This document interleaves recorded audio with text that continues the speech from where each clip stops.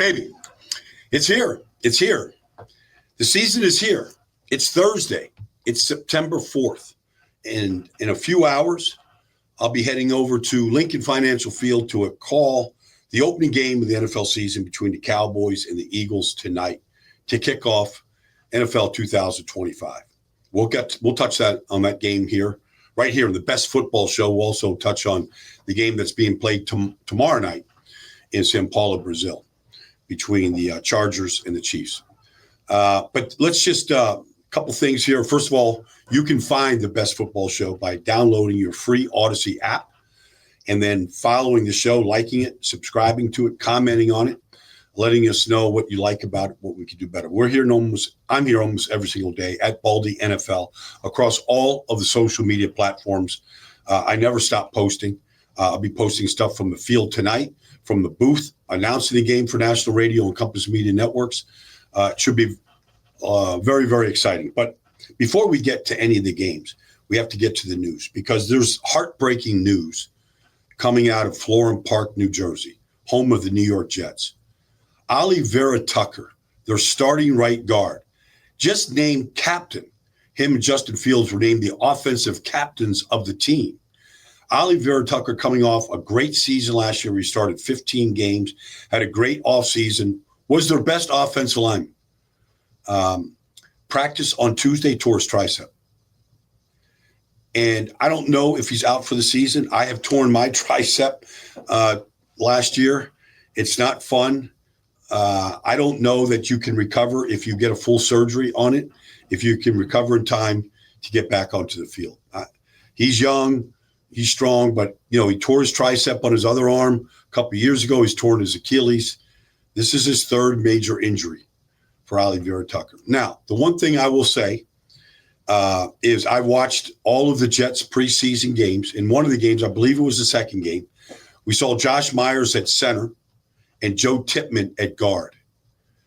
Joe Tippmann was in for John Simpson, the left guard. And I thought Joe Tippmann played really well at guard. My gut tells me that Josh Myers will go to center and Joe Tippmann will go to right guard, playing next to Armand Membu, the rookie right tackle out of Missouri. It's a shame. I mean, the Jets had really had a plan for this season to be a dominant running team with Justin Fields, Breece Hall, Braylon Allen, Isaiah Davis. They really wanted to pound the rock. Now, they're still going to do it, but they're going to do it without their best offensive lineman. So that's a shame. Breaking news in Denver. I was on a podcast in Denver yesterday, and they were asking me about Nik Bonitto, that there were some discussions about contract extension. And I just said, look, in the wake of what Micah Parsons just went through and eventually jettisoned up to Green Bay, we saw all these pass rushers get paid this past offseason. Well, it was Myles Garrett to stay in Cleveland. T.J. Watt was a holdout. Max Crosby got a second $100 million deal with the Raiders. I mean, all these guys got paid. So Nik Bonitto has had back-to-back really good seasons. And last year, with the sacks and the touchdowns and all the things that he did, and the team that led the league in sacks, the Denver Broncos, and Nik Bonitto leading his team in sacks, it just made sense to start locking these guys up. Like, just do the right thing. It's never going to get cheaper to get a contract to a star pass rusher in Nik Bonitto, in anybody. If you get one, you're lucky. If you get two, you can really start building your defense. And so Nik Bonitto is part of basically a five-man front that Vance Joseph runs and operates, and he's a key component. He's the right outside linebacker. He does a lot for that defense. They have a chance to be the best defense in football this year, but they get Nik Bonitto signed to, I think it's $120 guaranteed million. I mean, I don't pay too much attention to terms because there's so much. These contracts are like a novel, and I don't pretend to ever want to go through any of them. But Nik Bonitto is locked up, will be a Denver Bronco for at least the next 4 years. So that's that. And then in San Francisco, their leading wide receiver last year was Jauan Jennings, believe it or not. Jauan Jennings had 77 catches. George Kittle had 78, but he led all the receivers. And he was disgruntled to a degree, wanted a new deal. Well, they've just, given him some kind of an extension to pacify him for this coming season, probably becomes a free agent next year. But for this year, you get Jauan Jennings in the fold. And so you look at, who Brock Purdy has to throw to right now, and you get last year's number one pick. You get Jauan Jennings, you get George Kittle, you'll get McCaffrey out of the backfield. I mean, they've got pieces now to go into Seattle and to go compete against that defense. And so congratulations to Jauan Jennings for, getting his getting a bump, I guess. I mean, there's a couple different ways you can look at it. I don't think it's an extension. It's just, okay, we'll mollify you here this year. We'll give you a little bit more, and then we'll revisit next year. So that's Jauan Jennings, and he's an important component. The guy had 975 yards receiving on 77 catches. He's not an explosive player. He doesn't have great speed, but he knows how to get open, and Brock Purdy knows how to find him. So that's good. We get that done. All right, let's get to games, because this weekend I've got a great weekend announcing games for national radio. I'll be in Philadelphia later today. I'm at NFL Films now. Lincoln Financial Field is 30 minutes away. Tonight on NBC, 8:20 tonight, the Cowboys and the Eagles kick off. And this game is it's significant on every way. I mean, there's so many different ways to look at this thing. All right. Brian Schottenheimer's a new head coach of the Cowboys. They're coming off a disappointing 7-10 season. They just traded away their best defensive player, maybe their best player, Micah Parsons. But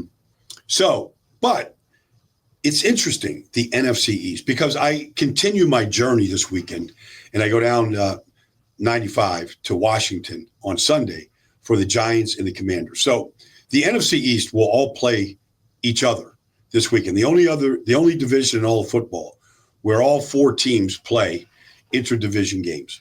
I think it's great. Usually we have to wait to the end of the season to get some of this action, but we get it week one. So we'll find out an awful lot about the NFC East this year. But this game is interesting tonight to me. First of all, there has been no repeat winners of the NFC East since 2003, 2004, when the Eagles did that. So it's been over 20 years since anybody was a repeat winner. Now, on paper, it looks like the Eagles are head and shoulders above everybody. But I'm sure there's been other years where the returning division winner looked like they were heads and shoulders above everybody, and they couldn't repeat. A lot of things can happen. Injuries obviously can happen. Guys can get tuned out. Messages get old. Other teams get hot. But it's interesting in that since that time when the Eagles won back-to-back divisions with Donovan McNabb and Andy Reid, the Cowboys have won the division 7 times, and the Eagles have won the division 7 times. And then the Commanders and Giants split the other remaining division wins for a team not repeating. So it's just something to keep in mind. 20-plus years of no repeat winners. You think about Buffalo, like they win that division every year, right? Kansas City has won that AFC West at least 8 years in a row, maybe 9. I guess going back to Alex Smith. So, you see some of these teams, they just own the division. Detroit's won back-to-back division titles. Baltimore, back-to-back division titles. Nobody in the NFC East has been able to do it. Houston, back-to-back division titles in the AFC South. So that's on the line tonight. But it is interesting. Brian Schottenheimer comes in as a head coach. Now, he's been there. It's not like they went out and found Brian. Brian has been there. He came in when Kellen Moore was the offensive coordinator there, and he was a consultant. And then when Kellen Moore went to go to the Chargers, they elevated Brian to the offensive coordinator position in 2023. And, all they did was lead the NFL in offense that year. They won 12 games, and they were the number one offense in football. You can't just dismiss Brian Schottenheimer as a play caller, as a head coach, just because he hasn't done it. They were the number one offense in football. Now, I think we're at the top of the leaderboard with, takeaways, and they scored a bunch of defensive touchdowns in 2023. But nonetheless, and then last year, they had all the injuries. Dak played 8 games. Micah got hurt. DeMarvion Overshown got hurt. I mean, they just had injuries, and so they fell to the back to 7-10 last year. But here they come, and nobody really knows week 1 what is going to happen. I mean, there's not a single person in Philadelphia, including people at Lincoln Financial inside NovaCare Center, where the Eagles practice and congregate every day, including the defensive coordinator, Vic Fangio, that is in love with their secondary right now. Darius Slay left. He's in Pittsburgh now. And so they've got a battle at the left corner position opposite Quinyon Mitchell between Adoree Jackson, who looks like he's going to start tonight, Keely Ringo, who's a guy that they drafted out of Georgia 3 years ago, and Jacorian Bennett, who they traded for 2 weeks ago. There's a battle there at that left corner position. There's a battle at safety where Chauncey Gardner-Johnson has departed. And is that safety position being held down by Sidney Brown, Andrew Mikuba, the rookie, to go with Reed on the other side of the safety? So there's some real questions right there. And so here comes George Pickens, who you can pick apart George Pickens. You can pick apart the maturity, sometimes the effort. But what you can't ever say about George Pickens is, oh, he's not that talented. Oh, that guy can beat any corner in this league. Like his catch radius, his leaping ability, his ability to adjust to a ball in the air, his back shoulder catches, his sideline catches with a toe tap drag. It's really up there with the best of the best in this whole business. So if you've got Pickens at the X and you've got CD all over the place, he's in the slot, he's in the backfield, he's out wide, he's in motion. I mean, CD is their chess piece.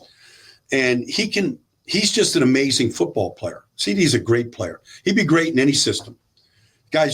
He's tougher than can be. Like, he's just a football player, man. He's just special. And so, you get those two pieces out there and you get Dak some time. And there's question marks about the Eagles pass rush with Josh Sweat leaving, with Brandon Graham retiring, with Milton Williams leaving via free agency. There's questions as to how good this pass rush is going to be.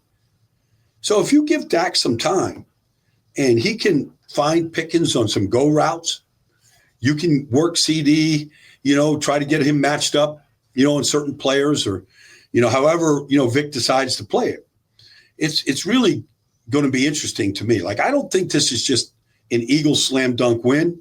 I think they're a better roster. They're the Super Bowl champs. They're going to unfurl the banner tonight for all the fans out there. There's people in the parking lot, Philadelphia Eagle fans in the parking lot right now getting ready for tonight's game. It's Philadelphia. It's a hornet's nest. And I played for both teams. I played for the Cowboys. I started with the Cowboys. I finished my career with the Eagles. I know both sides of this rivalry. It is the single biggest rivalry for the Philadelphia Eagles in this league. There's no other team that comes close to drawing the ire of Eagle fans and the Cowboys coming to visit. If Cowboy fans are out there and they're listening to this podcast, don't wear Dak's jersey into that stadium tonight. Just don't do it. Cover it up. It's just not worth it. There's going to be abuse. I'm not promoting it. I'm not a fan of it, but it happens. I've seen it too often. So I'm anxious, and nobody really knows what happens week 1. The Cowboys haven't played with their starters out there. CD hasn't been on the field. Dak hasn't been on the field. We've seen a little Tyler Booker, a little Cooper Beebe, a couple guys up front. We haven't seen Tyler Smith. We haven't seen Tyler Guyton. We'll see if he plays tonight. So, same thing with the Eagles. There's a lot of unknowns. And then Sunday, I'll be heading down the turnpike to Washington for the Giants and the Commanders game. And I'm really excited about this. I just looked up. The Commanders won 4 games last year where they were losing with 10 seconds to go or less in the game and found a way to win. Obviously, the Hail Mary against the Bears, but, a comeback against the Eagles with 2 seconds to go and against the Cowboys with 6 seconds to go. Like, they just were the cardiac kids. But I have a lot of optimism about the Giants team. The whole team. I've been around them this spring out in OTAs. I've been around them this summer. I've watched their preseason games. We'll see what Russell Wilson does, but I think the team around Russell is the best it's been around any Giant quarterback in years. I think the running backs, the receivers, the line, they've got depth in the offensive line. The tight ends are solid. I like this team. Defensively, they've got real pieces. Shane Bowen come back for a second year. Abdul Carter is going to be a problem for a lot of teams. I want to see how they defend Jayden Daniels. Jayden Daniels, not to just throw statistics out there, but counting the 3 playoff games that they played, Tampa, Detroit, and Philadelphia, counting those 3 games, in his 20 starts, Jayden Daniels ran the ball 183 times. That's the workload of a running back. And so a lot of those obviously are scrambles and extensions of pass plays where he just pulled the ball down and took off. Starting with the first game of the season last year against Tampa, when he ran it 16 times, which, that's a workload for any running back in this business. And he had one little nick last year against Carolina when, he got a bruised ribs. So anyways, I want to see how the Giants defend him. It's interesting because last year the Giants lost both games to the Commanders, but they lost by 3 points in one game and 5 points in another. They were close games, even last year, with an offense, a dreadful offense of the Giants that could not score points. I expect them to score points this year. If they put up 20 points against the Commanders on Sunday, I believe that they're going to have a chance to win the game. So it would be a monster upset. I'm not calling for it. I'm not making any predictions here on Thursday, September 4th. I'm just saying the Giants, the optimism that we all saw in the preseason was more than just Jackson Dart throwing darts and moving the team. There was a lot of reason to be optimistic. The depth on the offensive line, the running back situation, and what they might be on defense. So anyways, I'll be back here tomorrow to talk about the opening game of the season. Oh, I guess, here's what I'm going to do. All right. I'm going to come back tomorrow. Please join me on the Best Football Show. I'm going to talk about tonight's game, and I'm going to preview tomorrow night's game in Sao Paulo, Brazil, because I was in Brazil a year ago for the Eagles and Packers. I was on the field. I watched both teams warm up. I saw the field conditions. I saw the limitations offensively that you might have when you play in Sao Paulo. So anyways, we'll get to that tomorrow. But I want to thank you all for joining me here today on the Best Football Show.